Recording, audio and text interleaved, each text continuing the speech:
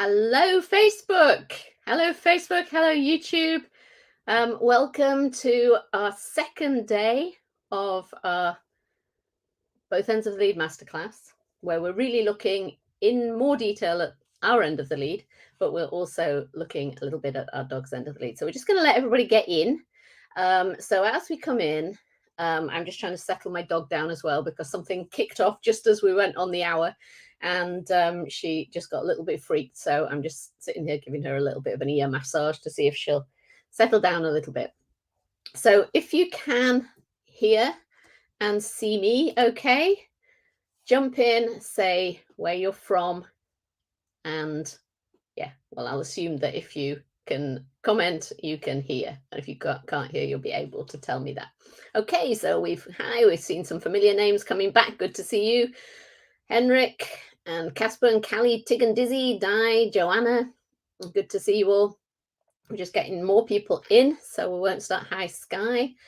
Okay, so we're just getting a few more people in. If you are in Facebook, if you look at the post that you're viewing this on, if you look at the text of the post, there's a link in there that allows StreamYard to see your name. And they will that will allow StreamYard to pick up your name and your photograph from your Facebook, which it will be great, because then we'll be able to actually see you as you come up. So if you're willing to do that, then that really helps. So do that if you can. Good to see everybody. We've got people from all over the UK. We've got people we've got Robin from California. Now we've got Henrik from Sweden. We've got Colorado. So we've got good numbers of people coming in from all over. Montreal, Canada. So Karen was amazed that you managed to get on the lives, because they're confusing, and I appreciate they can be confusing. And I just wanted to say, first of all, apologies to anybody who found it difficult to get on yesterday, and hopefully the email that I sent out today will have helped with that a little bit. Hi from Cumbria, my home county. Hi.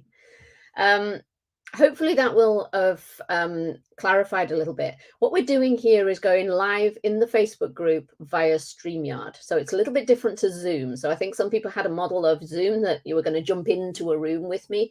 And we decided not to do that because it limits the numbers at the moment. I can take 100 people in a Zoom room, and with StreamYard, well, we had 130, 40 people on at one point yesterday. So it allows us to have a few more people. And it just is the way that StreamYard works. It picks up streams from different places. So we're able to stream into different groups, into YouTube. And it means that the recordings are available immediately. It's not that thing where you have to upload from Zoom and download and things. So we're just experimenting with it and see how it goes. And if you had a few problems with that yesterday, hopefully you're able to jump on today. And the recording is in the group. If you can't find the recordings, what we're going to do is we'll put them up at the top. So we'll put them under announcements. Is it announcements it's called? Is it announcements? No, it's called something else now, isn't it? It used to be announcements. Catherine, do you want to come in and tell me what it is called? I pinned yesterday's to the top of the Facebook group in your end of the lead. So yeah, where do you look? So when you get right up to the top, you look in there, and in that group, I don't want to go because I don't want it to play. Featured. It's now called Featured. Cool. So thank you, Catherine. Okay, so yeah, it's the featured part. So if you click on featured, you'll be able to see the recordings as well. So thank you for that, Catherine. And what we're wanting to do is just have this discussion through the Facebook feed. If you're watching on YouTube, then you can do it through the YouTube feed. They'll all come in to us here in StreamYard, so we'll be able to have that discussion. And then we'll display some of those comments up on the screen. So I think that is I think that's all the announcements. Yeah, so if you're here on replay, so I know some people can't make it live, and there were quite a few people couldn't make it live tonight, but if you're watching on replay and you want to ask a question, then just type your question in the chat in Facebook or wherever it is you're watching and type replay at the beginning of your question so that we know that you weren't here live and we can come through and find you. So that's great if you do that. So yeah, we've got people from the Netherlands. Yeah, we've got the same climate. Yeah. What is us? Or British Columbia? Not sure. I think Sweden, you're probably a little bit colder than we are even. Okay. So what we're going to talk about today? Well, before we do talk about today, I want to recap on yesterday a little bit. So let's just take a breath and have a just a reminder of what we were talking about yesterday. So first of all, who was here yesterday? If you were here yesterday, just drop me a yes or a heart or something in the. I don't know whether I can see hearts. That'll be interesting to know. If you're here yesterday, or if you've caught us on replay as well yesterday, yeah. So we've got a few people who were here yesterday. Yeah, cool, good, excellent. So lots of people here yesterday, and does anybody? We were talking about well-being. We were talking about 4 parts of well-being, 4 areas of well-being. And we were talking about vision. And vision is key, as we found, that vision is key to really knowing where we're going, but also to deciding what we do. Because if we know what our vision is, if we know what it is we want to achieve with our dogs, the life we want to have, and that's more than just I want them to behave themselves. It's what does the life look like that is perfect for you and your dog, and it has to be for you and your dog. It's not just what's perfect for me but my dog wouldn't really enjoy it, or what's perfect for my dog but it's driving me insane. It's got to be what's right for both of you, and that might involve a bit of compromise, and it might involve us looking at things a little bit differently. It might involve us letting go of some things perhaps that we were hoping for. It might involve us being able to say, you know what, this might be what I want to do. You know, I want to really want to do flyball. The dog I've got right now is not going to be my flyball dog. It could be that. It could be that you come to that conclusion. So does anybody have any feedback, anything that they want to jump in the chat and just share about yesterday? Anything that came up for them? Any insights that they had? Anything that they may do differently? So anybody got anything that they'd like to just share from yesterday? Whether or not you were here live, or whether you've done catch up or what. We just wait for comments to come through because they take a minute. So anything that you want to share from yesterday? Any questions you have from yesterday? There were a few questions in the group. One of the questions, okay, so Sky, I'll come back to questions in a minute. Sky Grace says, I'm definitely going to make a vision board specifically for Newt. I love that. I love a good vision board. Have an idea of what it is that you are really, how you want life to be. So very interesting to explore our hopes and dreams and what we can and cannot do. Yeah, Kathleen, thank you for that. Yeah.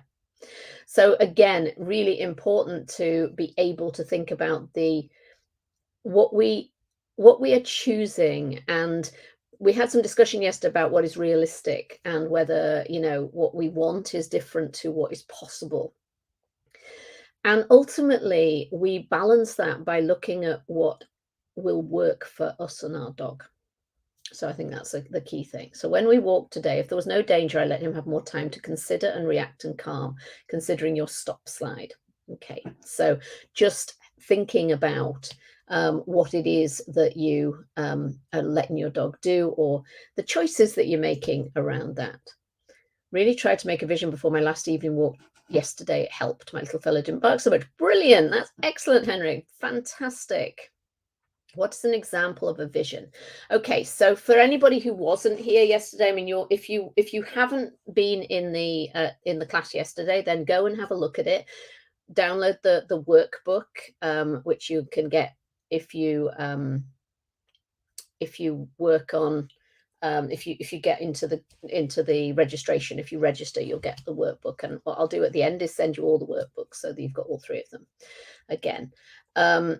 So what is an example of a vision? Well, a vision might be that it's about the life you want. So a vision might be that I would like to for my dog to be really comfortable enough to be able excuse me, to be able to go for walks in quiet areas where we can just spend time together and we can build our bond together. And that my um my intention might originally have been that I wanted to do all sorts of things like go off on pack walks with my friends and all this sort of stuff. And my vision might end up being about, well, it's about the peace and tranquility and the joy of connection with my dog rather than about necessarily walking with my friends with my dog. What might be in my vision is that I still want to walk with my friends. And so I get to do that. I get to go out for a walk with my friends, but I don't take my dog.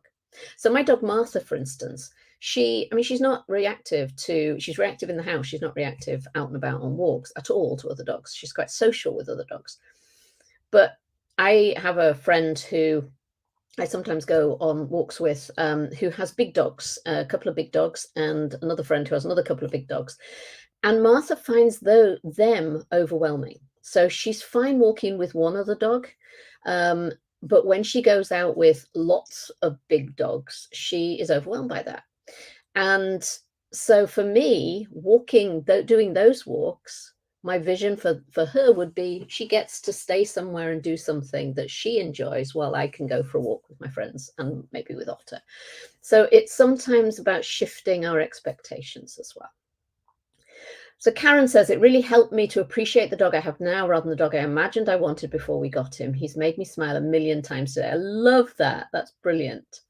And I think this is something that is so important, that it's about taking the dog in front of us and working with that dog where we are now and where they are now. And it may not be that the things that we're doing to get to where we're thinking we want to be are actually the best approach. It may be that we actually stop and we think about, well, what can we do that'll actually help my dog to calm a little bit before I actually start going and working with other dogs or with people or whatever it is that they're concerned about. So those are the things that are really important. We're going to look a little bit more about those today.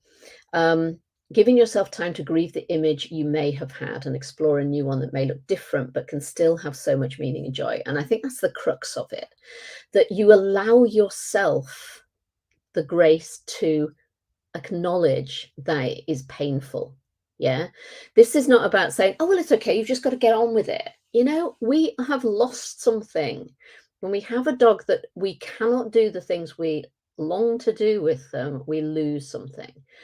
And we have the right to grieve that loss.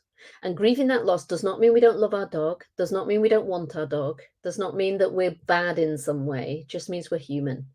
And we get to allow ourselves that. But also then to recognize that where we get to be may not be where we thought we would get to be, but it is still a fabulous place. So this is not about saying, well, you're just going to roll over and accept that it's going to be awful. This is about shifting how we're thinking about it, shifting how we're feeling about it, so that it's not awful, and so that we can actually move forward in unison with our dog in a way that benefits both of us. So it's not about standing still. It's about rethinking what we're doing. So it just made me see things in a new way. So helpful. Thank you. Excellent. So lovely. So I have to say, after yesterday, much more confident today. So that's great. I think it was your comment, parents and the introvert child and how dogs have different characters and dislikes, that made us think more last night. Yeah, lovely. And I think that's really important, that we all have individual dogs and we're all individual people. So we all get to do this for ourselves and for our specific dog, rather than there being a cookie cutter kind of response for anything. So I found it helpful talking through with my husband too, and comparing notes on our answers to the questions as co-parents. So yes, absolutely, I love parent. That's a great word. Yes. So yeah, absolutely. There's often more than one person involved. There may also be more than one dog involved, and we get to look at that. I was happy to realize that my vision Oh, sorry, got the wrong one on here. The discussion helped me to accept my dog how he is and be willing to find happy compromise for both of us. Yeah, lovely. Might a mind map work with a vision in the middle, but with arrows to remind me of what we had to overcome, the stages that we can achieve? Yeah, absolutely. Mind mapping is great. And you will find different ways to explore your vision. So for some of you, it's just about, you might write things down, you might draw things, you might do a mind map, you might do a vision board. There's different ways that you can express it and you can capture it. And you may just be thinking, it through and going, yeah, well, actually, this isn't so important to me. I thought it was, or I thought it was necessary, but it's actually not that important to me. So yes, absolutely. Every time Jack barked today, I took a breath, a momentary pause to give a calming response from Angela. Thank you. That's great, Angela. And we absolutely love Jack, and the work that Angela's doing with Jack. So this is a great question. How do I get over the heartbreak of my dog's fears and stress? Still trying to find the key to unlock the why, but in the meantime, I'm sad for him and also for me. Yeah, and thank you for your honesty in that, because that is a huge thing for many, many of us. And I think there's a number of elements to this. And I think we'll stop with this one because we want to carry on with what we're going to do today. But a number of elements. The first element of it is we accept that it is grief, that we allow ourselves to grieve. And grief is something that, has its own path. There is no right or wrong in the way that happens. So sometimes, and I'm in this process right now. Some of you know I lost my mum, who was very, very precious to me, just before Christmas. And so I'm in this grieving process, and I'm telling you, it doesn't have a set pattern. It is what it is. And some days it is almost, normal. And some days it is like, I can't even face anything. And we get to deal with that. We get to give ourselves what we need. And that's what we're going to be talking about today, is self-care and self-love and self-compassion. And we get to give ourselves that because the grief we are feeling is real. We have lost a dog. Our physical dog may still be there, but we have lost our dream dog. We have lost the dream that we had. And we have a dog for whom we are feeling compassion. Because if we've got a dog who's scared a lot of the time, then we're struggling with that as well. We're looking at them and we're wanting to make it better for them, because that's the way we're naturally made. And so we want it to be better for us, but we also want it to be better for them. One of the things that we're going to talk about later on in this session is looking at ways that we can actually start to reduce the contributing factors to fear and to reactivity. So we'll look at that. So hopefully, Kathleen, that will help you as well with the practical things that you can look at to start thinking about, well, how do I actually make things better for my dog? But in terms of the grief, we get to accept that it is a process, and we allow ourselves to go through that process. And that takes time, and it takes space, and it takes us being honest with ourselves and being able to actually allow ourselves that freedom. So it may be that sometimes it's really difficult and we just want to shut the door and stay at home. And sometimes it may be great, and we may think, oh, then we might feel guilty. I've had that as well. The times when I'm feeling happy, and and then I'm thinking, hang on a minute, how can I be happy? And it's crazy, of course, because the last thing my mother would have wanted was me to be not to be happy. So we get to just feel the feels, feel the emotions, and go with it. Absolutely. Yeah. Allow yourself to cry. Allow the tears. It's really important. And it's just allowing that to flow through you. It's allowing that emotion to come through. And it's only when we hold on to those emotions that they're actually damaging. When we let them go, they're not damaging us. If we hold them in and try and pretend they're not there and sort of say, I'm not going to feel it, that's when emotions start to actually cause us blocks in what's going on for us. Okay, so I wanted to just come to a question that came up in the discussion about yesterday. Is about the distinction between these 4 areas of well-being. And the first thing I wanted to say about this is not to worry too much about the distinctions, because they're very much interrelated. So we talked about, if you remember, the distinctions, and you've got them in your second day workbook as well. I repeated the 2 pages because they're quite important. So if you missed it yesterday, you've got them again. If you did it yesterday, just ignore those first 2 pages. Don't even bother printing them out. So they're exactly the same as were in the first day. And there are 4. So there's physical well-being, emotional well-being, mental well-being, and social well-being. Now, the question was, well, what's the difference between emotional and mental? And I would say that emotional is about being able to access your emotions, being able to recognize what is going on for you emotionally, being able to access, ideally, positive emotions when you need them. So when you need to be able to actually bring yourself through something, to be able to access that, to be able to access calm and relaxation. So that is emotional well-being. Mental well-being is the stuff that is, so think of that as being feeling stuff. This is mental well-being is the thinking stuff. So it's dealing with faulty thinking patterns, with thinking patterns that hold us back. It's it's allowing creativity. It's moving ourselves through focus, motivation, those sorts of things, being able to access those when we need it. Physical is obviously the physical stuff. So freedom from pain.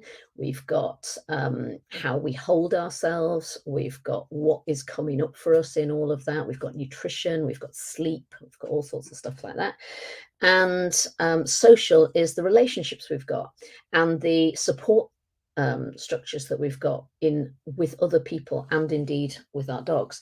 And one of the key things about the social well-being is the ability to receive. And receiving can be really hard for all of us, or for some of us more than others, but certainly it's in my experience, it's something a lot of people struggle with. And I'd say people who like to give to other people are usually the ones who find it really hard to receive from other people. So who finds receiving hard? And if you're not sure, think about when somebody gives you a compliment. What's your response to that? Do you kind of say, oh, thank you very much? Or do you say, oh, no, it was nothing? Yeah. Receiving has been a massive one for me. I have spent a lot of time working on, so Henrik, you're with me on it. Yeah. Oh, yes. Yeah. And I've spent a lot of time working on this because I was terrible at receiving. I would not receive anything, whether it was compliments, whether it was affirmations, whether it was somebody giving me something, whether it was someone helping me, trying to offer me support. And the last 6 months or so, I've been thrown into a place where I actually, yeah, absolutely afraid to accept a compliment. Yeah, absolutely.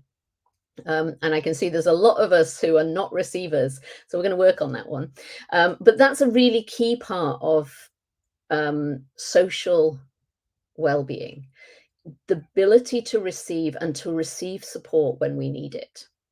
Because none of us are able to do everything on our own. We get to have help and support. And that doesn't mean that we're weak. It doesn't mean that we're incapable. It just means that we are human and we get to have support. And one of the things that came up for me over the last 6 months, as I think quite a few of you are aware, I had this, I mean, obviously my mum was ill, but also before that, my dad had a heart attack, my sister had COVID, we had a whole lot of things, my partner's dog died. And we've just had a 6 months, which was just a really difficult 6 months. And what it's made me do is accept help, you know? So I put together a team who are incredible, by the way. They are absolutely just fantastic, all of them. But I wouldn't have done that a year ago, because I would have felt, oh, I can't accept, I've got to just do it myself. If I don't do it myself, I'm not doing a good enough job. What I've learned is that actually team is absolutely fantastic, because you get to actually do more. You get to do more when you've got other people supporting you. You can share the load, so it really helps. So the thing about all of these 4 things is they're not independent of each other. They all work together. And there we go. Yeah, a bit of love in loving the chat for the team. They are really, really good. So yes, they're not independent. So obviously how we think affects how we feel. How we physically feel affects how we feel emotionally. Our thinking patterns will affect whether or not we can receive support. So Karen's comment, that was taught to be very modest if I received praise and did well at school. Absolutely. So that is a pattern. That's a thinking pattern that, like all of our thinking patterns, been established when you were little. So we're going to talk about this tomorrow, that the things that have been established in our thinking from a very early age, and sometimes it's deliberate, like I was taught that this wasn't a good thing, that you had to be modest about things, to sort of say, oh, thank you, was somehow not appropriate. That's a thinking pattern that we take on, and then we filter our world through it, because we've learned that that's actually a safe place to be, because when we were little, it was a safe place to be. So we'll talk about all of that tomorrow. So Alison, I'm not a receiver, but when there was an incident involving my dog, I got brilliant support from 2 dog owners who didn't judge him and helped me. And that's lovely. So that's where you actually get to learn to receive. You get to see what happens and then learn that the world is not against you. The people are there who are going to come in and support you. So yes, absolutely. Thinking about this, few people have often offered to help with Ziggy, and I feel I can't accept it, whereas with my old dog I could, because she was so easy. But maybe it isn't conditional. Yeah. And one of the things I would say about receiving is think about when you offer something. So if you offer support for somebody, if you offer to help somebody, if you give somebody a compliment, how are you feeling about it when you make that offer? The chances are you are not doing it because you don't want to help them. The chances are you're doing it because you want to do something to support that person. And you are therefore, for them to receive it, to accept it, is actually you being gracious to them and giving them the opportunity to give to you. And of many years ago, my coach said this to me, and it really struck home, because I was kind of saying this. I was saying, oh, well, I can't accept that. I don't want to ask for help. And she said this to me. She said, well, how do you feel when you get the chance to help somebody and to really support them through something? I said, well, I feel great. I feel great. That's really helpful for me, because that makes me feel good. And she said, so you feel you've got the right to take that away from somebody else? And I went, oh, okay. Yeah, no, probably not. Now, yes, of course, sometimes we feel that we've got to give back in some way. Sometimes we feel a sense of obligations. Someone does something, just find it hard to accept it, and you feel uncomfortable and you feel you've got to give something back. But you know what? Giving is not conditional on getting. Giving is not conditional on getting. Most people, when they give, and some people will have faulty thinking patterns on this as well. So, this is not everybody. There will be people who, when you give something, will expect something back. And that might be just a thank you, and that's fine. It might be they want that thank you written down. It might be that they want you to do something for them at some time in the future. So, yes, you will know who is offering from obligation and who is offering willingly. But what I would challenge you or stretch you to think about, and perhaps to do over the next week or so, is just to take the opportunity to give in situations where there is no expectation of getting anything back. So that might just be something really simple. It might be giving, just letting somebody know that they're really important to you, letting somebody you know, one of your friends know, or whatever, what they mean to you. It might be giving to a charity. It might be taking something to a shelter. It might be doing anything like that. Oh, I've frozen. I hope I haven't frozen in the stream. Oh, and I'm back. Okay. So it might be any of those things. It might be just anything where the person that you're giving to there's no expectation, where you have no expectation of getting anything back. And then I would also stretch you that if somebody does that for you, that rather than thinking, what do I do in return? You just say thank you. Just practice saying thank you. Simple thank you. That's all you need. Okay. And it's really hard. I'll tell you, somebody challenged me to do that, and I kind of go, oh my goodness, just saying thank you. I find that really hard, but it is a really good thing to do. So there's a little thing. Okay. All right. So where are we up to? Yeah. So we're going to talk about self-care, and this is actually a great lead-in. It's a great lead into that. It's a great lead into self-care, self-love, self-compassion. Now, I sent out an email today and I said, self-care is a prerequisite to being able to support your dog. And as far as I know, I haven't had a load of people emailing back and say, what do you mean? But it's the sort of thing which I kind of think, oh, is this something which is a little bit controversial, perhaps?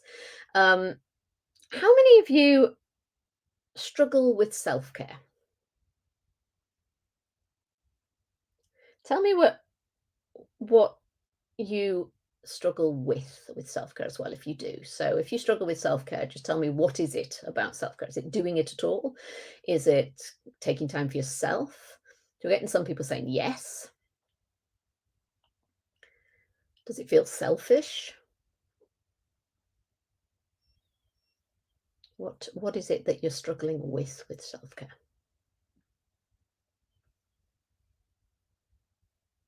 Finding the time. I work without breaks. I struggle to rest. I feel I should be productive all the time. Okay.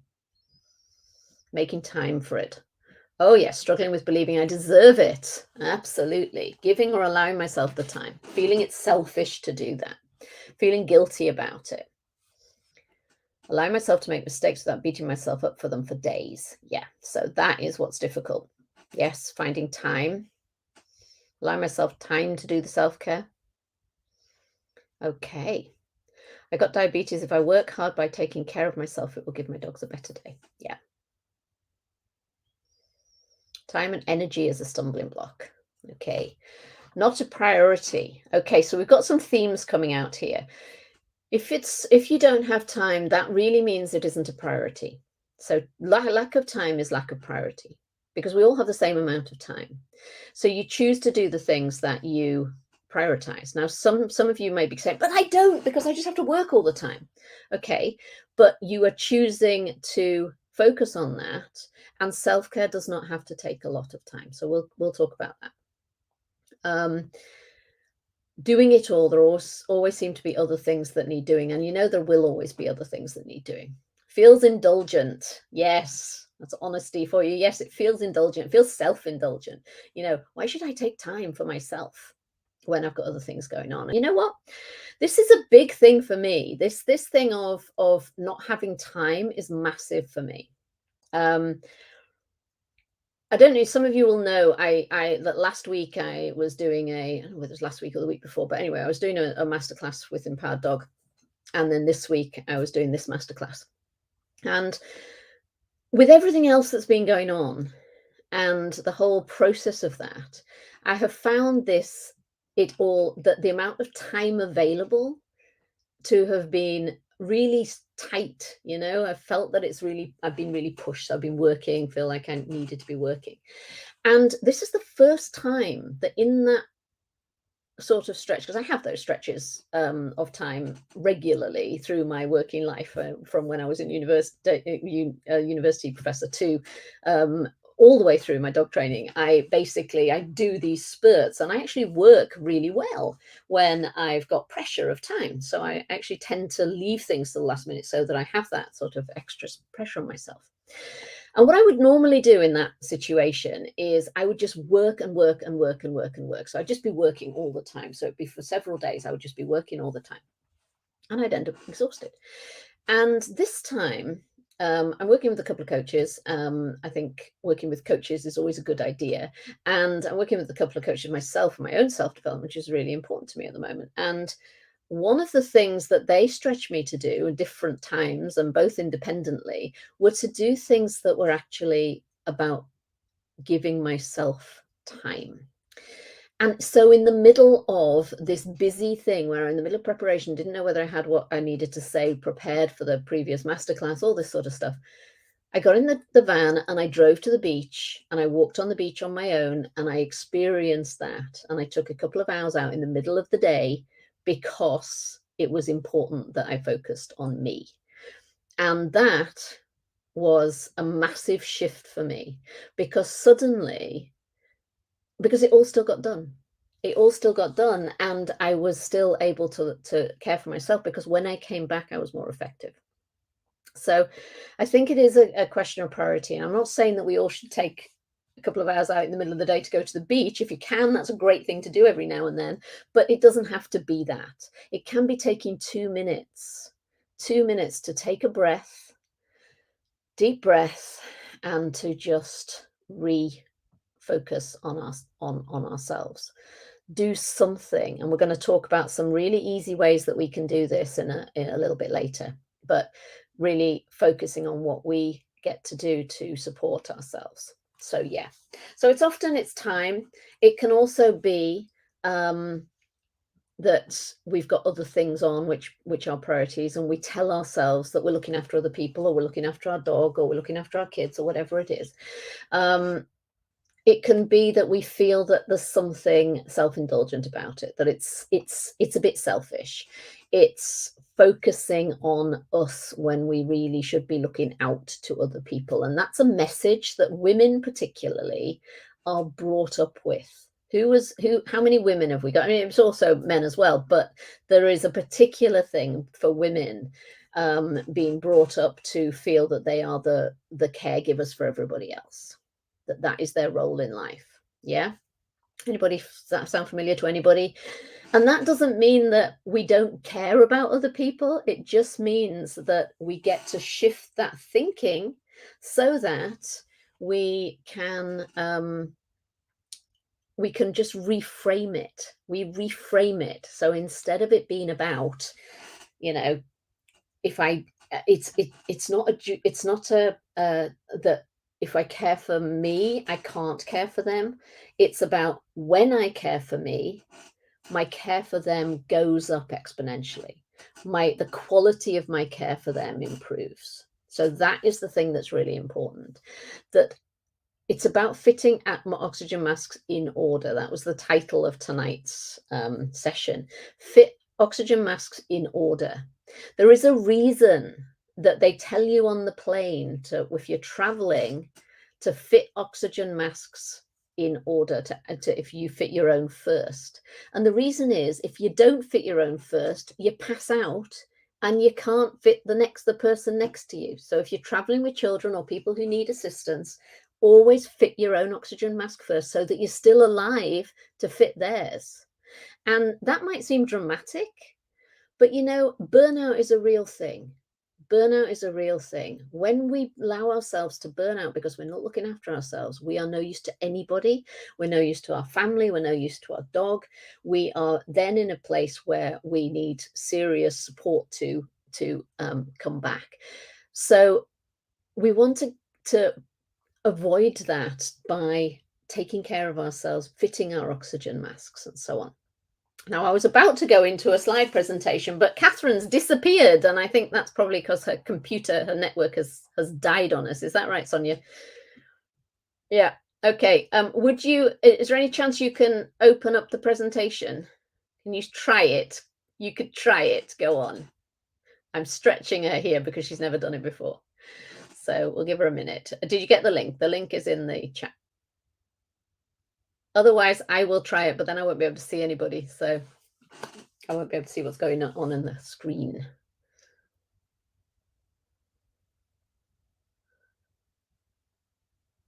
But if you can't, don't worry. Okay. So yes, what we want to do is focus on ourselves first, and then we'll be able to support everybody else. Now, the next question I want to ask you, so while Sonia sees if there's any possibility of her being able to share the presentation, let's just ask you guys what self-care means to you. So when I say self-care, what does it mean? What are you actually imagining? Okay.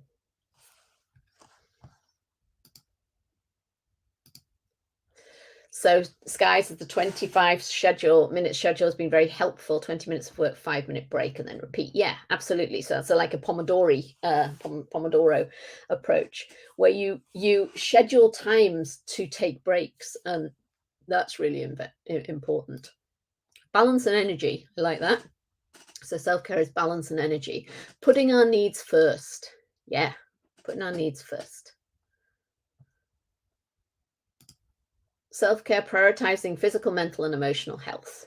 Yeah, making sure that we are healthy. Making sure that we are healthy.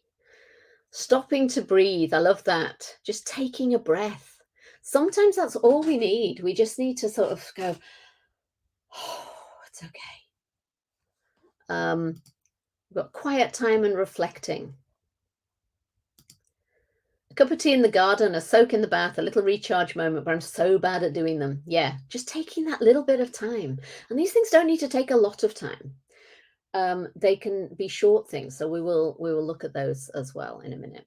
Okay. Rest, stopping and sitting, maybe some crochet or reading a book. I love that. I was trying to show that. There we go. Being conscious of how I'm feeling. Yeah, absolutely. So there's some really lovely things in there with self-care, and what I want to really think about is some different ways of viewing self-care. How are we doing, Sonia? Any chance, or do you want me to try and bring it up?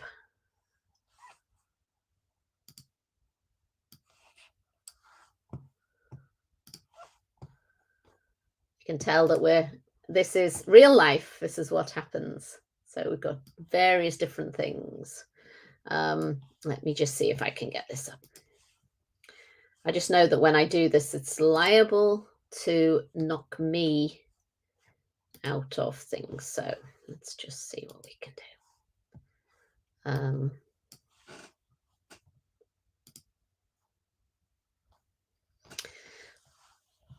Okay, yes, Catherine, internet has stopped. Yeah, that's all right. Catherine lives in the middle of a long way away from anywhere, so her internet can sometimes do that. That's fine. Don't worry about it. We will be fine. Okay. What have we got? Let's have a look. I can consciously know what it means, but still not act on it, thinking it has to be some grand moment instead of small things that help me balance my mental, emotional, and physical well-being. Lovely. Perfect. So, yeah, and we're going to look at a really simple way of managing self-care in a way that is easy. Okay, and easy to do these things. So we're going to look at that a little bit. Okay, if I stop, I tend to fall asleep.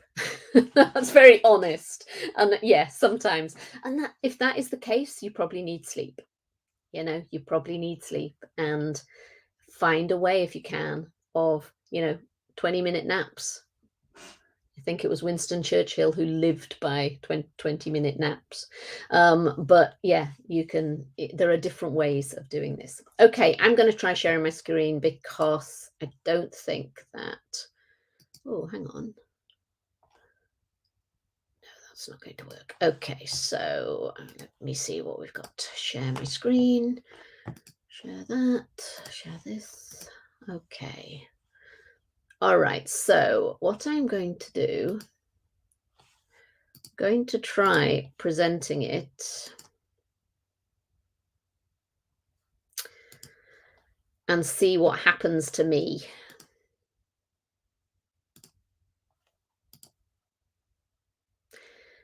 Now, this is where I don't know what is happening because all I can see is my slide.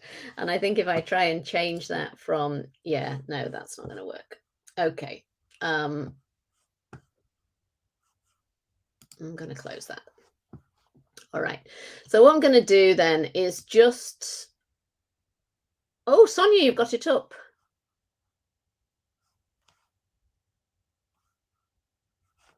Let me just, are you sharing your screen or am I sharing mine? No, I've stopped. So if we can put that up, can you now hit present on your screen, Sonia?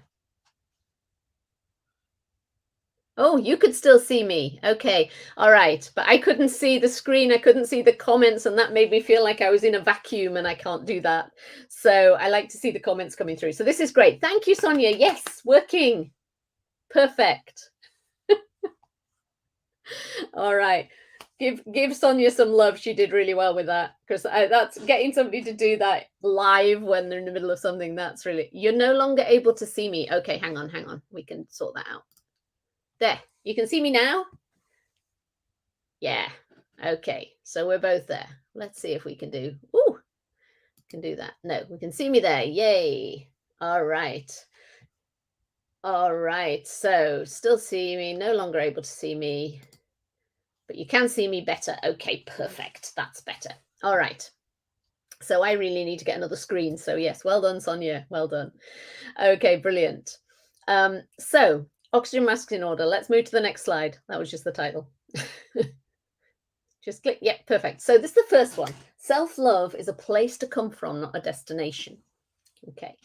Self-love is a place to come from, not a destination. Now, this is something, I've taken this as a quote, I think. I can't remember what the original thing it was, but it was a Michael Strassner quote. And I put the self-love bit in because I think it's really important to remember that self-love is not a destination. It's not somewhere we're trying to get to. It's where we're actually starting from. So this all takes us back to the whole thing of fitting your oxygen mask first, because when we start from a place of self-love, and self-love is just outpoured in self-care.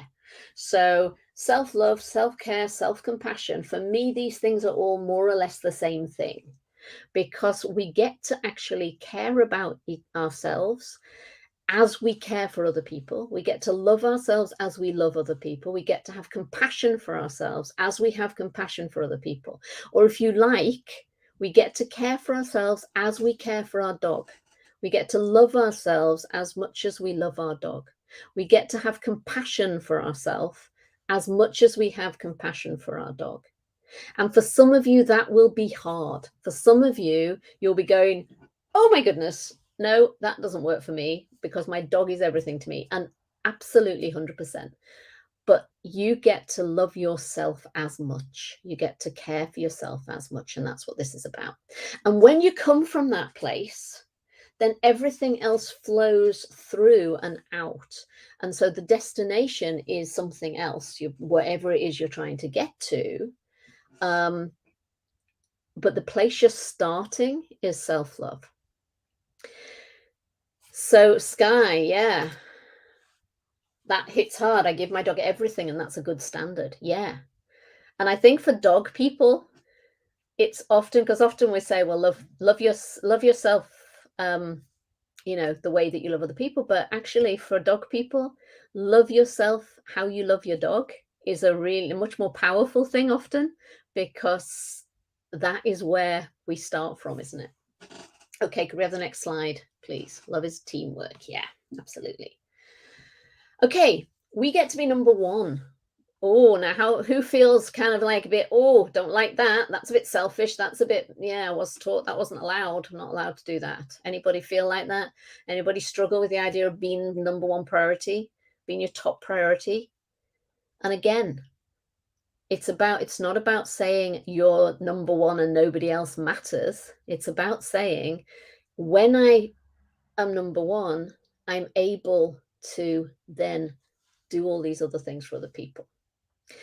And I'm going to share something which is quite personal, in the sense that it's coming from where I am right now in terms of this, because as I said, I've had a pretty crappy 6 months. I've had a lot of stuff going on with family illness, and then finally I lost my mum, and my mum was the most important person in my life, without a doubt, and was the person who was my place of safety. It was the person who knew me best, the person who I knew would always accept me no matter what, the person that I could always go to.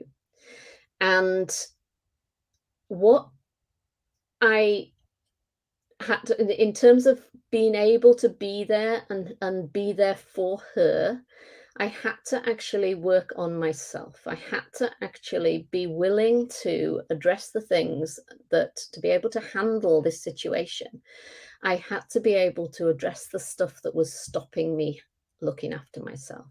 Because I can honestly say that if this had happened to me a year ago, I would have been in bits. I would have been broken by it. I remember saying for many, many years that the only, and feeling this, that the only person in the world that I could not imagine being without was my mother. The only person in the world. That I couldn't even contemplate that.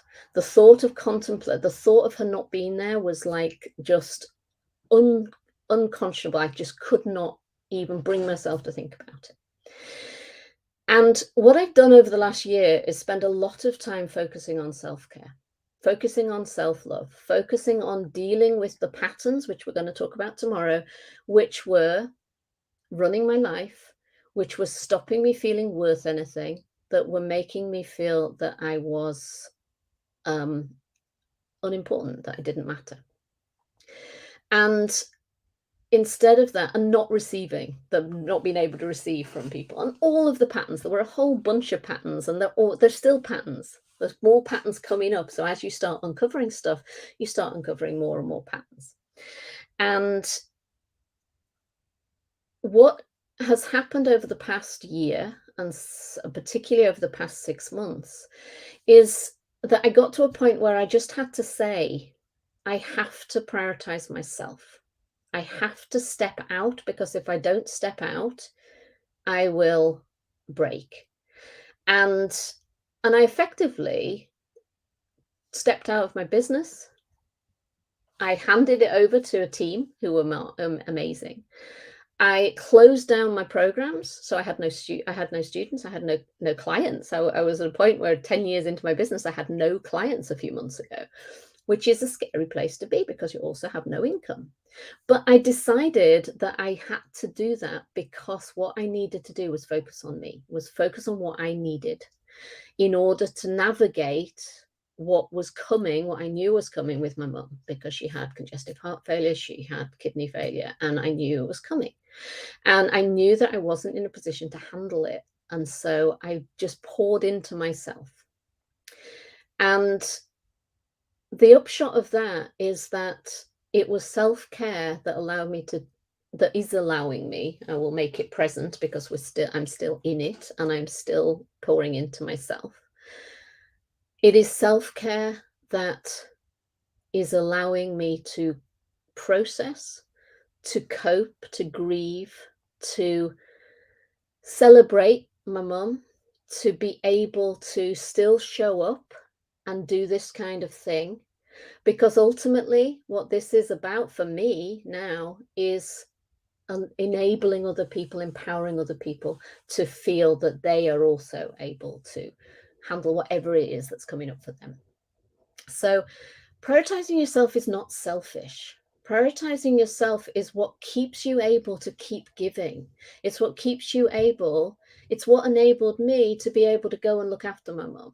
It's what enabled me to be able to be there for her and be there with her when she died, in the moment that she died, to be there for her after her death, to support my family, to support my father. And all of that comes out of first pouring into me. So what I would say is, whatever comes up for you about that priority, you being number one priority being a bad thing, turn it around and ask, well, what happens when I don't prioritize myself? When I put myself last? When I make myself the lowest priority? What is going to happen then? And you're going to make me cry with the stuff in the comments, but I thank you for it anyway. And I know she was proud of me. And that is that is a really that is the most important thing for me, is the rock solid knowledge that she was proud of me. Okay. I'm going to take a moment, take a breath. Can we have the next slide? So let's move on to a little bit the first of all, it's the priority. It's making sure that you're putting yourself first, and not because that's selfish, not because I think somebody mentioned a religious upbringing. Yeah, we're doing everything for other people is idolized, where caring for yourself is selfish. Yeah, me too. I grew up in a religion like that as well, and it isn't. You're very welcome, Annie. Thank you. It is self-care is so important. It's so important. It allows us to move through whatever life throws at us, and it therefore allows us to move through what life is throwing at us with our dogs. Okay, whoops, hitting the wrong things. Okay, I'll stop playing with the comments because the guys have got it. The guys have got it in the background, and I'm just messing it around. Okay, so the second thing that self-care is cheerleading for you. So celebrating. And I used to be really bad at celebrating because, again, celebrating yourself, somebody mentioned it earlier, didn't they? They said, I was brought up to think you had to be modest. You had to be modest, and it wasn't the done thing to celebrate yourself. But you know what? When we don't celebrate ourselves, who is going to? You know, we celebrate ourselves, even if it's just a yes, I did good job there. That was good. Yes, we had a good walk. Yes, that was a good thing that I did. Yes, that worked. Celebrate ourselves. We have a thing in the programs that we run. We run a number of different programs. I've started programs up again after closing them all down. We run a couple of programs, and one of them is a membership, and one of them is a course. And we have a concept in there, which is handler awards. We have a concept of handler awards. Now, any one of you, most of you are here because you're in the force-free community, so you're very, very familiar with the idea of dog rewards, aren't you? Rewarding our dogs. We're all up for that. So what about rewarding ourselves? So when we do something that is worth shouting about, giving ourselves a pat on the back. When we do something that really works, that perhaps we stretched ourselves and something good happened, then we get to celebrate that. We get to cheer ourselves. We get to give ourselves even a reward for that, heaven forbid. Yes, we can do that too. So Henrik, I like to celebrate myself together with others like my dogs. Yes. And I love this. I need to take a leaf out of my 3-year-old's book. He's great at celebrating himself. Absolutely. 3 years old, generally, the idea that they have to be sort of modest has not come into them yet. And they just, yeah, look what I did. And absolutely, why not? Why not? So animals always came first when I was growing up. No matter how you felt, you had to look after them as they had no one else. My mum and I came after all their needs were met. Yeah, and that's a common thing. And when people have animals, it's often a common thing that they come later, that you come later, you come after the animal's needs. And when we're saying prioritize yourself, it doesn't always mean that you eat first and you do this. It's not about that. It's just about making sure that you are giving yourself what you need. So it doesn't mean that it's at the expense of the needs of others. It's about giving yourself what you need when you need it, so that you can fully support others. Yes, thank you, Angela. Yeah, so it's our membership. We encourage celebration, and one of the things we do when we get together is, well, who's had some wins? You know, tell us about your wins. Let's all share in that, and let's all celebrate. So self-care is cheerleading for you. Look for successes rather than focusing on failures. Absolutely. Lovely. Okay, shall we have the next one?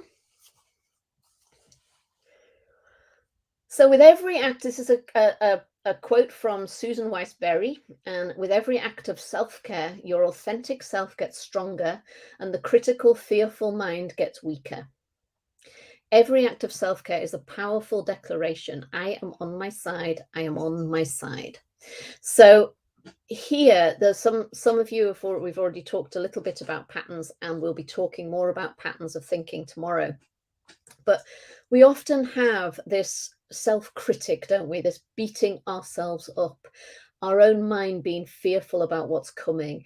And when we do acts of self-care, every act of self-care is a celebration, an affirmation of our own self, our authentic self. And each time we do that, we are knocking the head of the critic, the inner critic. We're putting our inner critic a little bit further down, so that instead of beating ourselves up, we're able to celebrate ourselves. Instead of seeing ourselves as failing, we're able to celebrate what we can do. Instead of feeling we're not good enough, we're seeing what we do well. So self-care is really important from that point of view. Okay, thank you, Sonia. Next. Yeah, I love this one as well. So self-care is building a life you don't need to regularly escape from. So do you remember, you know, all of us will have that thing, won't we, that oh, you know, I just need some time away. I just need to get away from it all. I just need to be, you know, can't wait for the holidays, can't wait for this to happen, can't wait for that to happen. And it's all about the reality of life being difficult enough that we just want a time away from it. And we've all been there. I sure as heck have. But self-care really you can think of as building your life so that you don't need to regularly escape from it, because it's already got self-care built into it. It's already got those things, whatever self-care looks like for you. And it might be physical self-care, it might be looking after your emotional side, it might be looking after your mental health, it might be cultivating your social connections and your relationships. Whatever it is, it's all part of your life. And if you can build that, then you're not trying to escape all the time. Does that not make us selfish? Does what? Self-care? Which bit, Joanna? Give me a little bit more. Which bit is making you selfish? Yeah, why escape from life when you can do something good about it instead? Exactly. So we want our life to be something that doesn't need escaping from.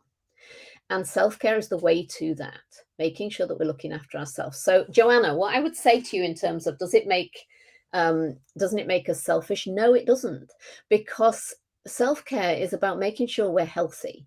Self-care is about making sure that we are well, that we are fit, that our mental health is good.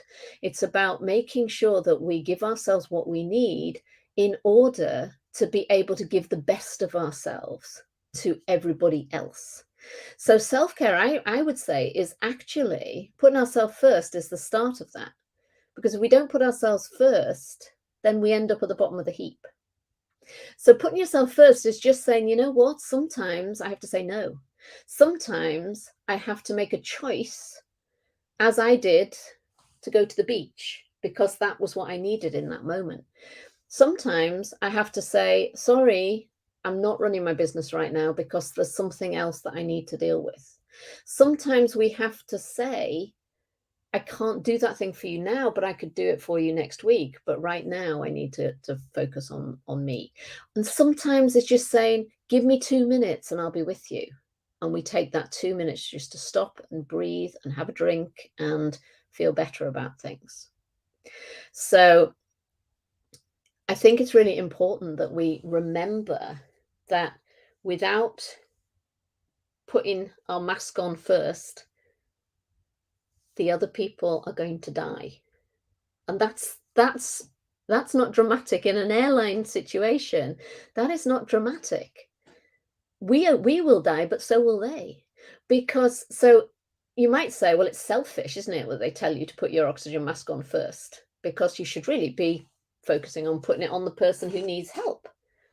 But we get to do it, and we get to do it because when we don't do it, we're useless to them, as well as not looking after ourselves. We're actually not able to look after them either. And yes, it is difficult to say no. And it's particularly difficult to say no for people who are natural supporters, people who want to always please everybody else. But saying no is about boundaries. It's about being able to say, it's not about rejection. We often think of no as rejection, but it's not about rejection. It's about setting a boundary that says, right now, I cannot do that. Or no, I can't do that, but yes, I could do this. Or even, no, it's not something I can do right now. We're taught that we have to look after everybody else, that the most important thing is look after everybody else. What we cannot do is look after everybody at the expense of ourselves. So the more we self-care, the more we have actually got to give. That's something which I've been learning over the last year, that the more I look after myself, the more I can give out, the more I've got to give out, the more I want to give out, the more I'm able to give. And that is a really important part of that. So Angela says, I recently said no to my daughter, which was hard, but she thanked me for being honest and that helped. Yeah. And I think sometimes people want us just to be straight with them. And it's worth practicing those things. So yes, that's really important. Okay. Should we have the next slide? What's coming next? Okay, so we're going back to the 4 areas, and I'm just going to run through a couple of things that to give us ideas of where to start with this. And then we're going to look at some practical ways, 3 practical ways that we can introduce self-care if we're not doing it as much as we could. So these are one for each of the 4 areas of well-being. So getting freedom from pain is an important element of well-being. And this is important for dogs as well. So it's really important that we actually notice that our dogs are often struggling with pain. And that's something that can make a huge difference to their well-being. But for ourselves as well, are we struggling with any pain? Now, that might be physical pain. It might be emotional pain. It might be the pain of grief around our dog. Giving ourselves the opportunity to address pain is self-care. So how many of you, if you felt your dog was in pain, would be rushing them to the chiropractor, but you are struggling with your own pain and have been for years? And I suspect it's more than one. I know I'd be in that position, never quite get round to going to the chiropractor for my pain. My dog would be there in a moment. And I think this is, again, something that we get to practice. We get to learn. Yeah. We get to practice thinking about, well, what can we do to make sure that we are physically well? Nutrition. How much do we spend our days thinking about what the best thing to feed our dog? And we worry about it. We read up about it. And many of us, I'm sure, are almost, canine nutritionists by the time we're finished. And then we eat junk ourselves, or we barely eat at all, or we eat on the go. We don't ever sit down to eat. Spending money on my dog, help my dog first. Spending money on my dog comes easily. Spending money on myself feels wrong. Yeah, how many of us agree with Sky on that? Yeah, absolutely. So we get to pay attention to the things that we need. Yeah. And that's a great, so yeah, I was walking, Merlin caused me back pain, so I was resenting him. Now my husband walks him often, my back pain lessens and I can enjoy a walk again. Absolutely. Yeah. Thank you for that. Yeah. We're all whisking our dogs off to the vet. And how many times do we not even bother to go to the doctor when we need to? Because we don't want to bother anybody. Yeah. If any of this is resonating with you, just take note. Take note. Because if this was something that you would do for your dog and you don't do it for yourself, then you're not practicing self-care in this instance. Okay, so just be aware of that. Okay, we can go on to the next one. So current issue for Karen, dog has severe hip dysplasia. We've spent so much time doing all we can for her. Now I'm faced with pain and struggling to allow myself time to deal with it. Yeah. And what I would say, Karen, is take a little time to do it. Okay. So be kind to yourself. You're enough. So this is an emotional thing, just being kind to yourself. So not allowing the voice that says you're rubbish, you're failing, you're not good enough. And actually affirming to yourself, yeah, you are, you're good enough. You're doing your best. You're doing what you can. And being kind to yourself is the conference that's going on at the moment is all about kindness, and a lot of the theme has been kindness to ourselves, kindness to humans as well as to dogs. And it's difficult. It is difficult because most of us, and again we'll look at this tomorrow, but most of us have got patterns which say I'm not good enough, I'm not enough, I'm not worthy, I'm failing. And we are enough. We are all enough. Yeah, I love this belief. You are enough. And I wish you all enough. Absolutely. We are all enough. And we get to be kind to ourselves. So when we hear that voice that's beating ourselves up, or when we're feeling rubbish ourselves because we're not supporting our own, emotion, we're letting the fear, the anxiety, the faulty thinking as well come through. We turn that round and we say, you know what? I acknowledge what I'm feeling, but I'm going to be kind to myself. So I now have a saying that I'm going to give myself grace. And it's a kind of old-fashioned thing, isn't it? Give yourself a bit of grace. I love the word grace. I had a dog called Grace once, and I called her Grace because I thought if I ever had a kid, I would have called her Grace. But I didn't, so I called my dog Grace. And I love this concept of just giving yourself grace. Give ourselves a bit of slack. Be kind to ourselves, as we would be to our dog if they were frightened, if they were frustrated, if they got angry, at something, if they were frustrated and shouting at something. We would give them some grace. We would give them a bit of slack. So give ourselves some slack. Yeah, so that's why I keep doing more, so I can be enough. But I never get there. And you know what? We'll never get there if we just keep trying to be better. What we get there by being enough, by recognizing that we are enough. It's not about what we do.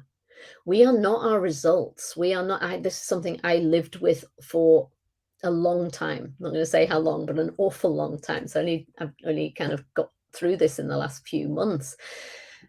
I lived on the basis of I am my results. So if my results were good, I was worthy. If my results were not good, I was not worthy. And I've recently come to the realization that actually my results are just information. They just tell me whether something worked or not. That's all. They're information. They don't say anything about my worth. My worth just is. I am enough.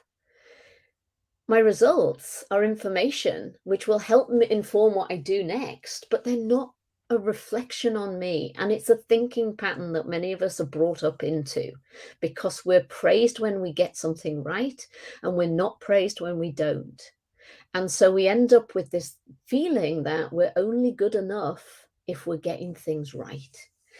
And it's not true. So I spent 20 years not feeling like I was enough. And while thankfully I've mostly conquered that, the statement you are enough is still incredibly emotional. Yeah. And for me, it's you matter. That was the thing that brings up that emotion for me. You matter. Because you do. I do. We all matter. So really important part. Thank you, Sonia. Could you move to the next? So we also have limiting beliefs, and we're going to talk a lot about this tomorrow. We have limiting beliefs. We have thinking patterns that hold us back. That's what a limiting belief is. It's something that we think about ourselves. I am my results is a limiting belief. It holds us back. And what we get to recognize if we're practicing self-care is that limiting beliefs are not facts. Limiting beliefs are just patterns of thinking that we have got used to because they keep us safe. They make us feel safe when we're little. They're the way that we have constructed our thinking to make sense of the world we're in, of what people do, what people say to us. And we therefore think that they are truth, but they're not. They're not facts. They're just thinking. And when we shift our thinking, then we can see the world very differently. And part of self-care is addressing those when they come up. And as I said earlier, they just keep coming. I did when I mean, many years ago, and I started coaching, I addressed some limiting beliefs, and I thought, yeah, tick, done that one, got that one sorted. And then, of course, you come back and you think, damn, I thought I'd dealt with that. But it goes a little bit deeper, and then it goes a little bit deeper. And over the last 12 months, 15 months, I've been doing a lot more of that and just uncovering things over and over. And they're coming up all the time. Yes, imposter syndrome would absolutely fall under limiting beliefs. Yes, imposter syndrome is huge, particularly in the dog industry. It is massive. And we should do a session on that at some point. But imposter syndrome is a huge limiting belief that a lot of us have had or still have. So I was brought up to believe I was a failure. Nothing was ever good enough. At 60 plus, I'm just about shaking off that belief. Yeah. And, we can feel that we are never going to be good enough. We can't do it. We aren't able to succeed. We need to be able to. So another one would be that we can't, that nothing good ever happens to us. Another one that came up for me recently, just very recently, I mean, like in the last couple of days, was I'd got through the I'm not my results, but I still felt I had to get things right. And the reason I felt I had to get things right is that was where I got affirmation. But the problem with what was happening for me was that affirmation would come one day, the next day I could do the same thing, and it would be wrong. And so I learned that getting things right, making sure you got things right was the way to be accepted, but that it was unpredictable, that you couldn't always be sure that people would still think you'd got it right. And so I ended up finding, and I can feel myself still, the emotion's still there because I'm still working through this one, because I only just uncovered it. But this whole thing of, being paralyzed because you have to be right. So if somebody asks you to do something and you kind of go, okay, I don't know quite what they're asking. I don't know quite what to do. So I'm not going to do it because I've got to get it right. And just being able to recognize that you can't get it wrong if what you're doing is doing it for you. If you're doing something for you, if you're doing it authentically as you can't get it wrong.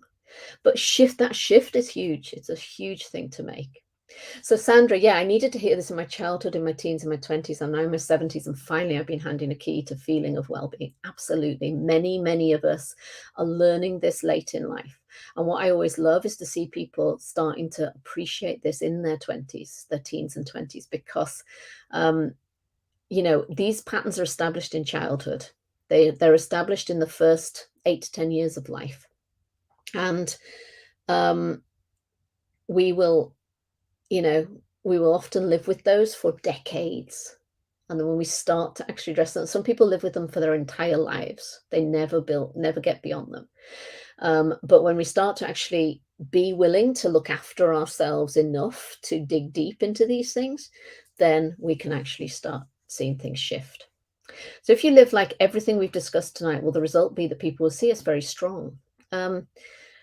I think the result is that we will be ourselves. We will be who we are designed to be, as opposed to who we've been trying to be in order to please everybody else.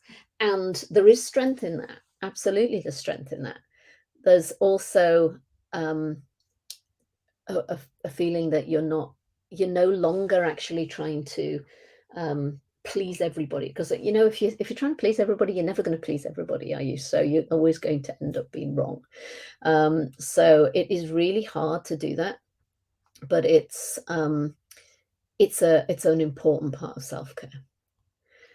And yes, that is the point, isn't it, Annie? That it's the shifting that is hard. It's hard because we are actually dealing with feelings that are coming from our subconscious that are trying to keep us safe. That's absolutely right.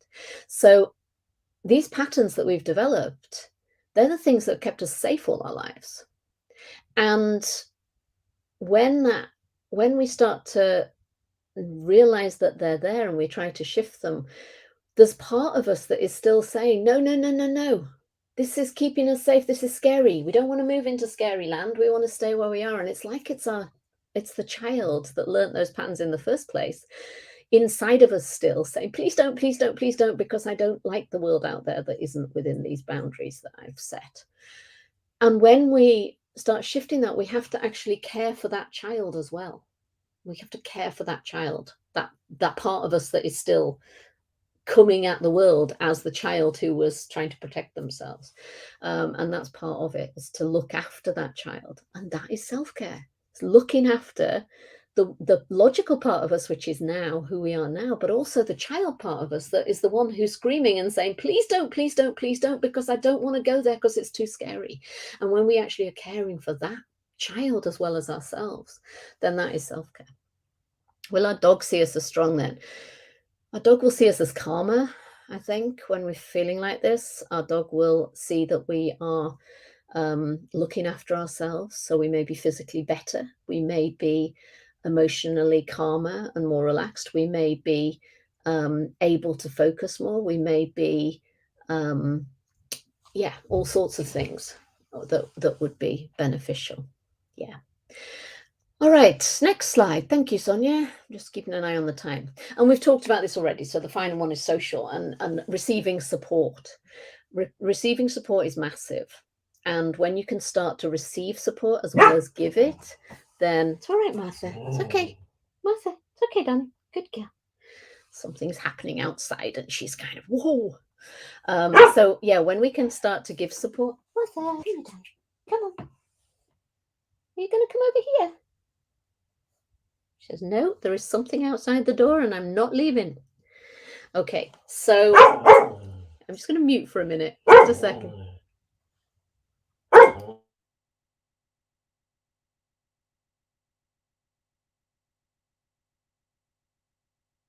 All right, we're back. She's come back over. She's not going to stand at the door and bark.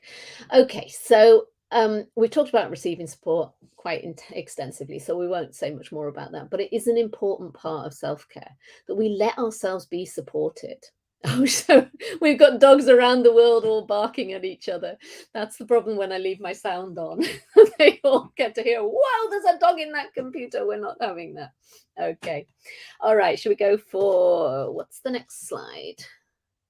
Okay. Yes, let's go for this. So what I wanted to just finish with tonight were 3 easy things that we can do for self-care. Because self-care is really hard. It's something that we struggle with. And tomorrow, we're going to look at the limiting beliefs and patterns and how we can deal with those and how we can move and reframe them and all that sort of stuff. But I wanted to just finish off tonight with thinking about some fun, easy ways that we can actually start looking after ourselves a bit better. And these are power-ups, knowing your self-love language, and creating a to-be list. So we're going to just run through these quite briefly because we've only got about half an hour left. And I'll tell you what they are, and we'll go through a little quiz for self-love language, so you get a chance to find out what your self-love language is. And in your workbook, you've got spaces where you can fill in things like power-ups. You don't have to do it all right now. You can do it later on, but to fill in what is going on for you, what's coming up for you in terms of power-ups. So first of all, power-ups. Can we have the next slide? So power-ups. A power-up is any positive action that you can take easily that creates a quick moment of pleasure, strength, courage, or connection for you. And this is from a book by Jane McGonigal Martha, you're not helping because all the dogs around the world are barking at you. She says, I don't care. I'm going to bark. So this comes from a book.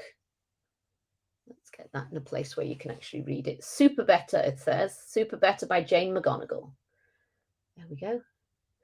And it's a brilliant book. I don't know if I've mentioned it yesterday, but it's one of my favorite self-help books. So if you want something which is really good to read and really inspirational, Super Better is great.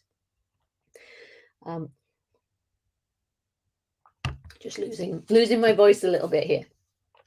And a power-up is any positive action you can take easily that creates a quick moment of pleasure, strength, courage, or connection for you. So it can be something which is improving or helping you physically, something that is supporting you emotionally, something that is supporting you mentally, something that is supporting you socially. Excuse me. What's important about a power-up is it has to be easy. So a power-up is not going off on holiday for 2 weeks, because that's not easy to do. Yeah, it's something which might be necessary sometimes, but it's not a power-up, because a power-up is something that you can do in a few minutes, perhaps in an hour, but not in a whole day or a whole week or a whole month. So it's something which you can do quickly and that is going to boost you. And therefore it's an act of self-care. It's a simple act of self-care. Now, what I do is I have a little jar. It's got a little heart on it. Power-up jar. And on all those little coloured pieces of paper are things that I can do that will give me a boost. Now, what I've got in my jar will be different to what you've got in your jar, or what you put in your jar. And what I would suggest is that you create one of these. So I'm going to read you a few of mine. Play a computer game. Now, for me at the moment, that might be Wordle. It might be Wordscape. I like Wordscape.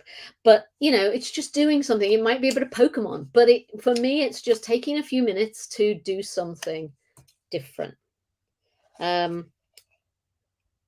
Let's have a look. What else have we got? I'm wondering what I'm going to pull out. It could be visit a National Trust property. So that might be something that, as a member, I wanted to do. So that's a bit of a longer term one. Send someone something to brighten their day. So a power up could be that you actually do something for somebody else. Send somebody something. It might just be a message, might be a text message, might be a photograph that they're going to make them laugh. It could be anything like that, but it's about doing something. Needle felting. I've just started needle felting. I'm rubbish at it at the moment because I haven't practiced it very much. But basically, it's really good because if you're feeling a bit frustrated, does anybody do needle felting? Anybody any good at it? But basically, you just get a bunch of wool, and I've got lots of wool because I used to have sheep, and you get these needles and you stab it. You just keep stabbing it until it all clumps together and make little animals out of it. It's really good fun. And it's also really good if you've got some frustration that you want to get rid of. So somebody there, I don't know who it is because it's just coming up as Facebook user, but you're a needle felter. Yes. Okay. What else have I got as possible things? Let's have a look.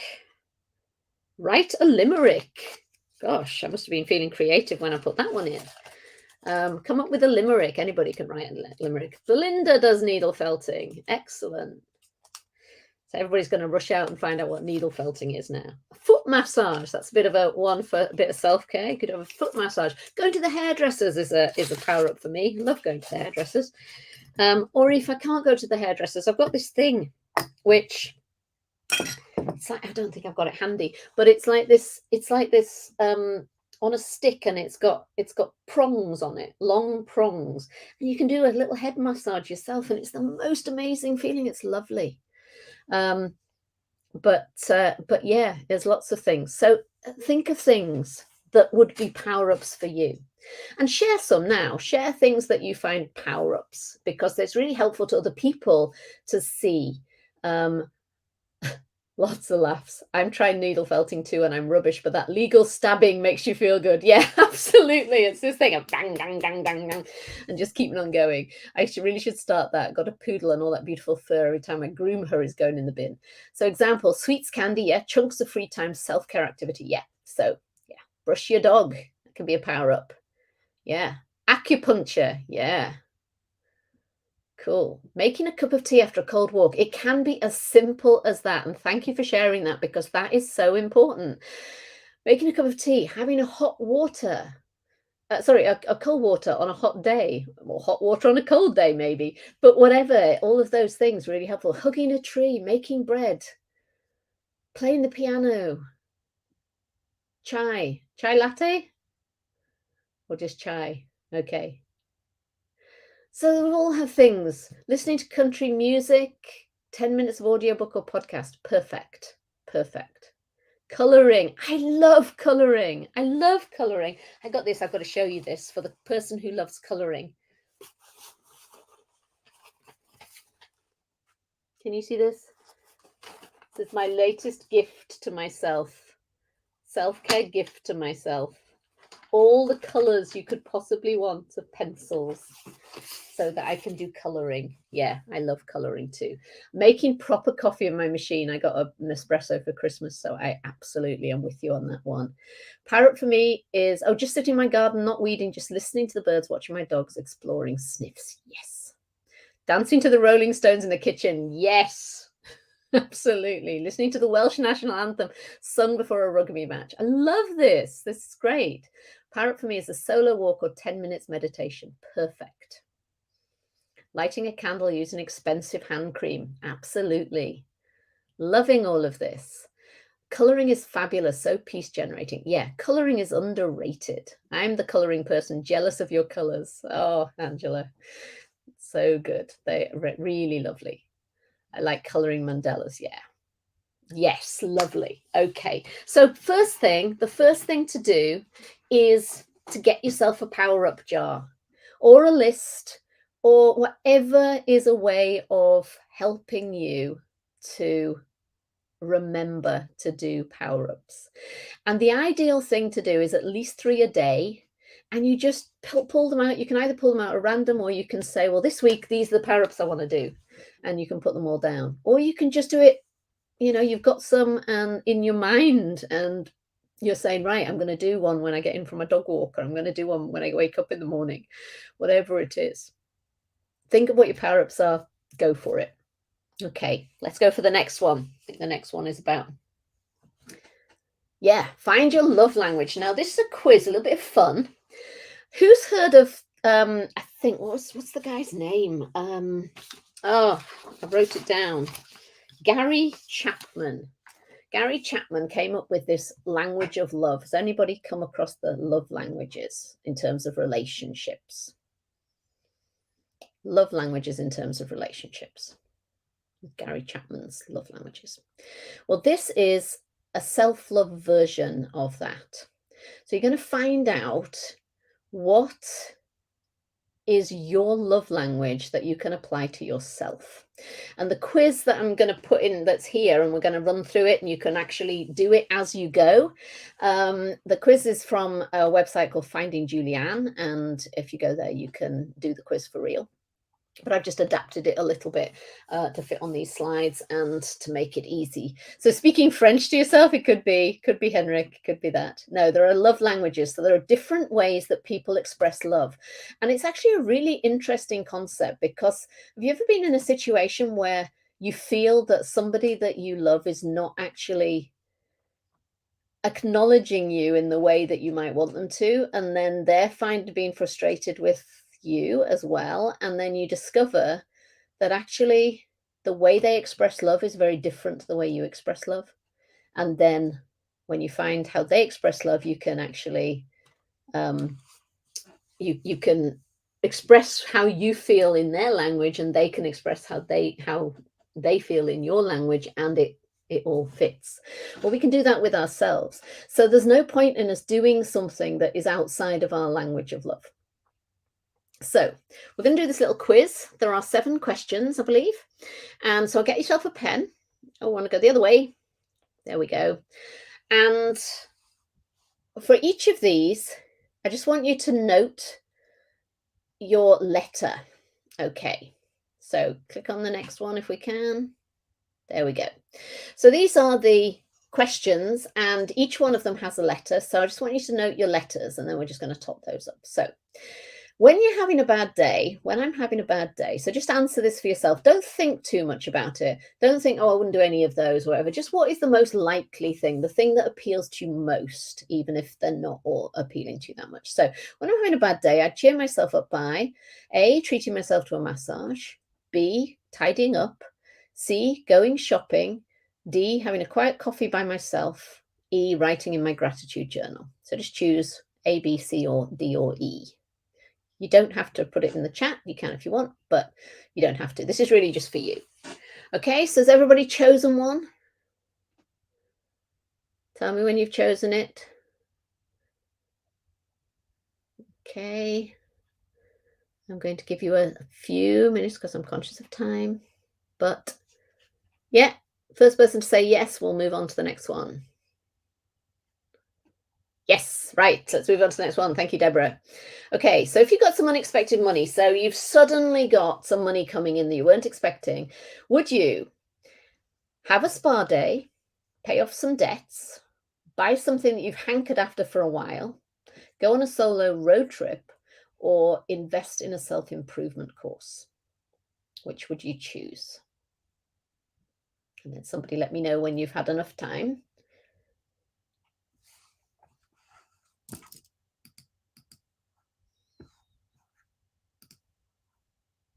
Okay, we good?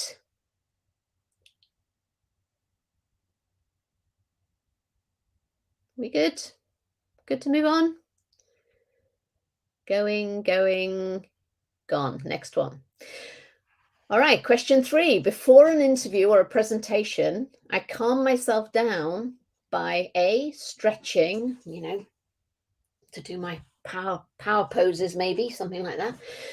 B, making sure I have everything I need and that my tech is working. C, treating myself to a special snack beforehand. I know Catherine was eating a Mars bar earlier. I was very jealous. D is going over my material one more time. E, telling myself I've got this. Okay, so which is most you? Which is most you?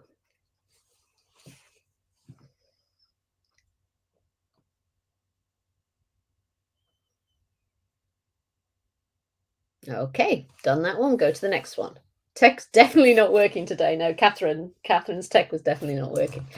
Okay, so the most important part of my self-care is A, relaxing in a warm bath, B, writing in my planner, C, buying myself something nice, D, spending time on my hobbies, or E, journaling or repeating affirmations. Which is most you? So it's the thing that appeals to you most? Okay, when you're done, just let me know. Okay, good. All right, next one. When I get home from work, the first thing I do is A, change into PJs or comfy clothes. B, get my chores out of the way. C, check the mail to see if anything came for me. D, spend time relaxing, watching TV or doing a hobby. E, reflect on my day. Joanna can see where this is going. Yes, I've simplified it so that which also makes it more obvious, but easily A. All right, excellent. All right. If I want to watch something, I would choose A, a workout video, B, a DIY video to plan my next project, C, something that would make me laugh, D, something informative, or E, a TED Talk or an inspirational video. Okay. Henrik's coming out as D's, I think. Is that right? I'll tell you what it all means in a minute. Okay. Next one. Finally, what message would you send to your younger self?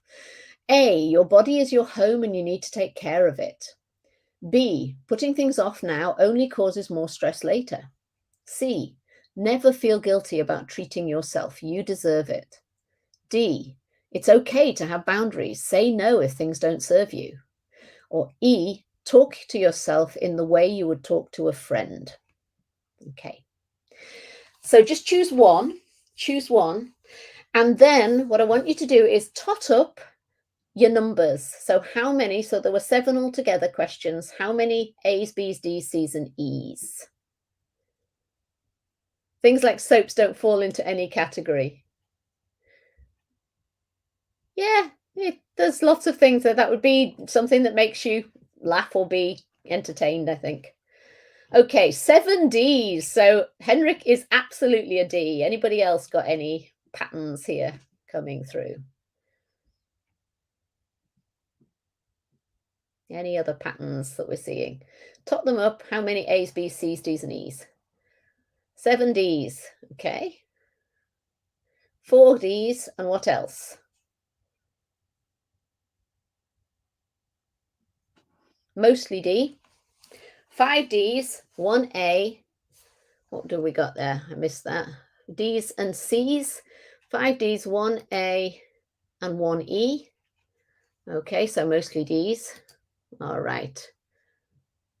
Between A and D, equal spread, A, C, D, and 1 E. Okay, lovely. So we have the next slide and we'll see what this all means. So if you chose mostly A, then your language of love is physical touch. So that is that you express love through hugging and touching and physical acts. That is something that for you, it would be self-care would be things like bubble baths and massage and stuff that is physical, helps you feel good. If you had mostly B's, then your language of love is acts of service. So these are the things that do stuff for you, that help you to makes your life easier for you. So it might be doing chores. It might actually be, for me, actually, an act, a self-care, an act of self-care is tidying up, because I know that I feel so much better when I have a tidy space. And I also know that I'm a terribly messy person. So when I actually want to do something for myself, then one of the things I'll do is just declutter myself, and it really helps. That's an act of service. C is gifts. So your language of love, self-love, could be that you give yourself things, could be gifts. D is quality time. So lots of you are Ds. And what's really interesting to me is lots of you are Ds. Your language of love is quality time. And who doesn't get the quality time? You. So the thing that came up so much was, I don't have time for self-care. And yet your language of love, the thing that you feel, when somebody gives you quality time, gives you their time freely, gives you time when they're concentrating on you. And this is one of mine as well, is quality time. When you have that, people love you, and yet you're not giving quality time to yourself. So just reflect on that. And then the last one is words of affirmation. So where words are things that you use. So you like to speak love, and words of affirmation for ourselves. So what if you spent time arguing each answer? Yeah, it's meant to be fairly light-hearted. Don't get too hung up on it. But it's just an interesting thing, I think, that if we just start thinking about, well, what are the ways that we express love to other people? Can we express those things to ourselves in the same way? The things that mean, a way of expressing love that's meaningful to us. And for most of us, for many of us, many of you said D, quality time. So yeah, I mean, there's some that are, you find things that mean nothing to you. For some people, getting a gift means nothing. For some people, Katerina says, I didn't have any E, probably because I don't believe in words. It's lies. Well, it can be. It's not always lies. But it can be lies. So yeah, if you believe that the people will lie, then words will be unimportant to you. but actions or quality time with you may be important to you.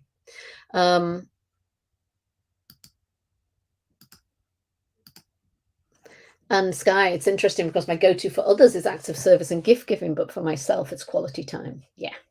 And I think it's really interesting as well that it would be that for me, and it isn't that for me. Well, it is a little bit for other people as well. But yeah, so think about what it is, and then let's just move to the next slide. So this is just a little, I like this little meme, which was from Blessing Manifesting. And it just gives you some examples. So physical touch, things that make your body feel good and focus on your physical well-being. So things like massages, soft blankets, movement, spa days, skincare, long showers. So all those sorts of things. Who loves a good shower? I love a good shower. So all of those things, those are physical touch, where your love language is physical touch. So your self-care, you want to focus on things that are within that boundary, within that group. Acts of service, doing things that make for yourself, that make life easier for you. So therapy could be that, cleaning, delegating, organizing, decluttering in my case, scheduling, planning, all of those things be acts of service. Receiving gifts, buying gifts on yourself and spending money on things that bring you joy. Going out, vacations, craft supplies, makeup, clothes, investing in yourself, buying the dog course that you want to do, whatever it is that you want to do. If you're receiving gifts, if you were a C, then that was receiving gifts, and those are the things to focus on. Quality time, spending time alone on hobbies and doing things you love.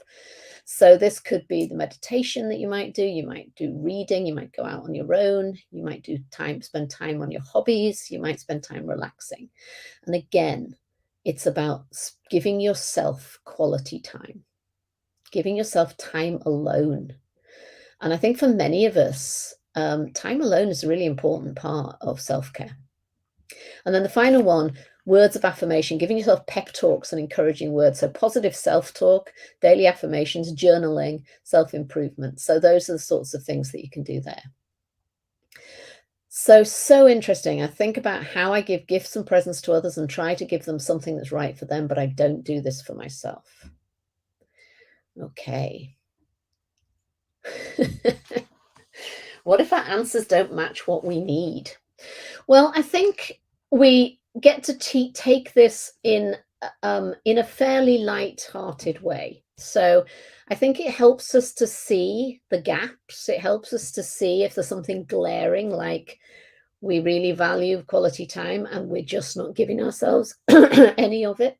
But if there's something that you really need, so you perhaps need some physical support, physical care, or you perhaps need stuff to be done for you, or you perhaps need to hear that you're worthy and that you matter, then absolutely, those are other things that you do. So this is not saying this is all you do. It's just saying make sure that if your language is 100% quality time, that some of the self-care you do is giving yourself quality time alone.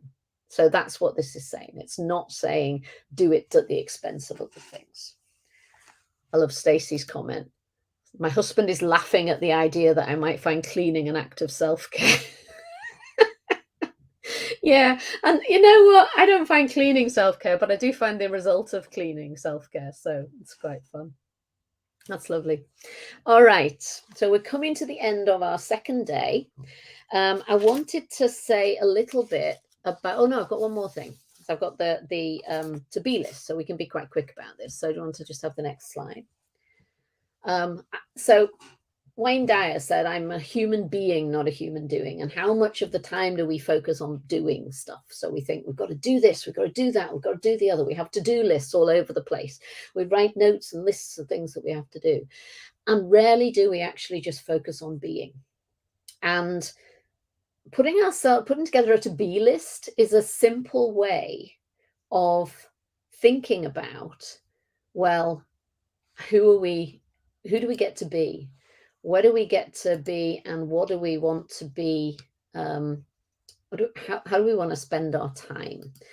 And in your workbook, and again, we don't really have time to go through it right now, but if you just go through in your workbook, you've got a few questions, creating a to-be list. Creating a to-be list. What helps you think, reflect, create? So what helps you get into that space where you're being creative, where you're being reflective, where you're thinking things through, where you're addressing some of those things that we've been talking about our thinking patterns? What puts you in touch with how you feel and your place in the world? So what puts you in touch with your emotions? What puts you in touch with your vision? What puts you in touch with where you want to be and who you want to be? And then what helps you feel connected to yourself, to others, to nature, to animals? What are all of the things there? And that's all in your workbook. And if you work through that, then that'll give you some ideas about things that could be on your to-be list. But I would suggest suggest that you, one of the exercises in the book is to just, in the workbook, is just to write a to-be list. You know, what do you want to be? And it might be, I just want to go for a walk for no reason, not because I've got to walk the dog, but because I want to just be in nature. I may just want to do nothing. I may just want to do nothing for 10 minutes. I may want to read a book, if that's what happened, or listen to music, if that's what helps you be.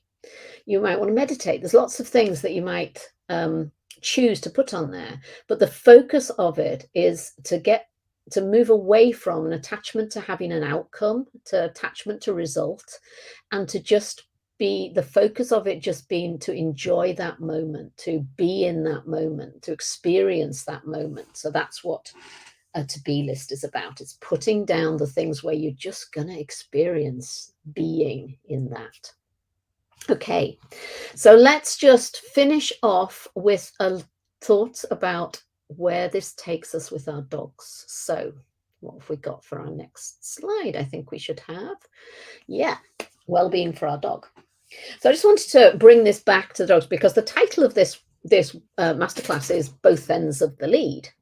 And we talked a lot about our end of the lead, and that's partly because that's what's not talked about everywhere else. So we're talking about that primarily. And it's also because when we address our end of the lead, when we self-care, we're able to support our dogs. But let's just think as well about well-being for our dog. And I wanted to give you this as a way of thinking about our dogs and the things that are contributing to their reactivity. Now, and the things also that contribute to their well-being on the other side. Candles is a concept that was first put out by Edie Jane Eaton, who's a T-Touch instructor, and been developed by Sarah Fisher through ACE, Animal Centered Education, ACE. And both of those things, T-Touch and ACE, are things that I would recommend looking at for well-being for your dog. So as an aside, I would absolutely recommend 100% looking at T-Touch and ACE as things that can help improve your dog's well-being.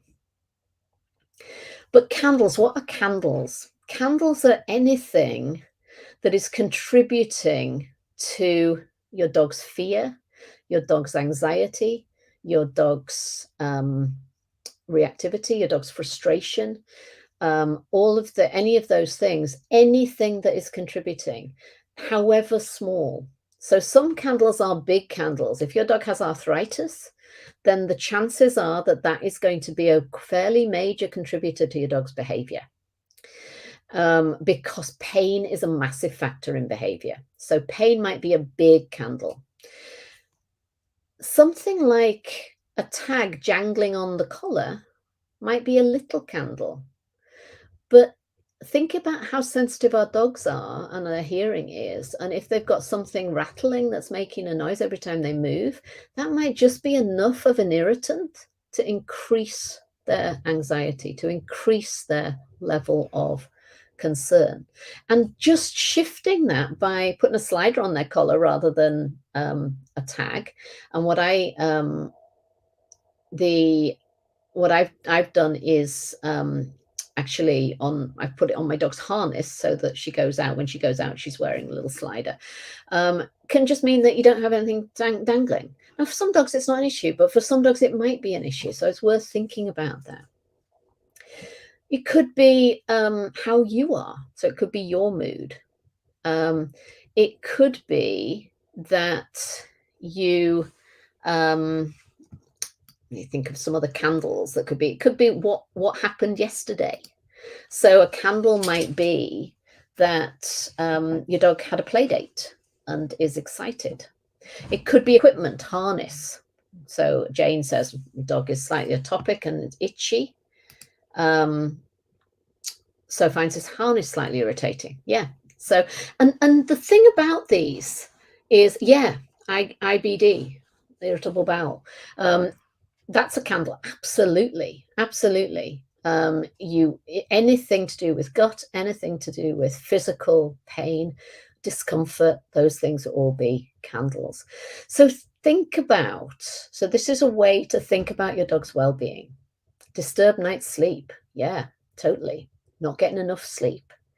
Sometimes food not quite agreeing. Windy weather. Oh, goodness. Me too. Otter, my little Otter. She's a dog, but she's called Otter. She is absolutely triggered by wind. If it's windy, she's off. She gets really excited by it.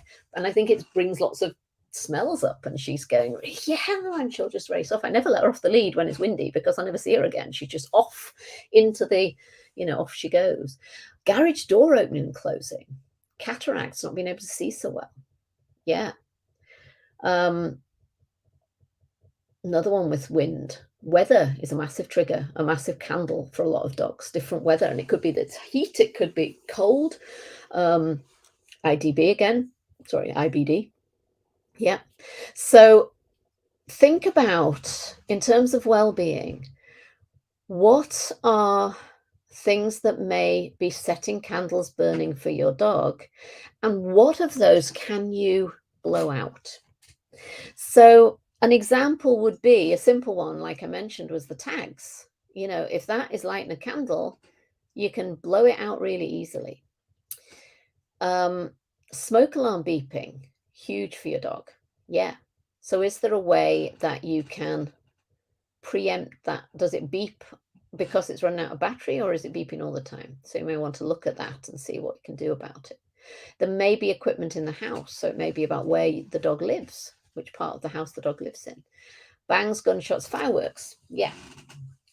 And it may be that we get to support them as well in dealing with things like that they're concerned about. So if they're concerned about noises, then sometimes we can't control the noises because they're coming from outside. So if you live in a farming community in the UK, you get bird scarers, and they can be really irritating because they'll go off at random times. And I used to live opposite somewhere where they did clay pigeon shooting.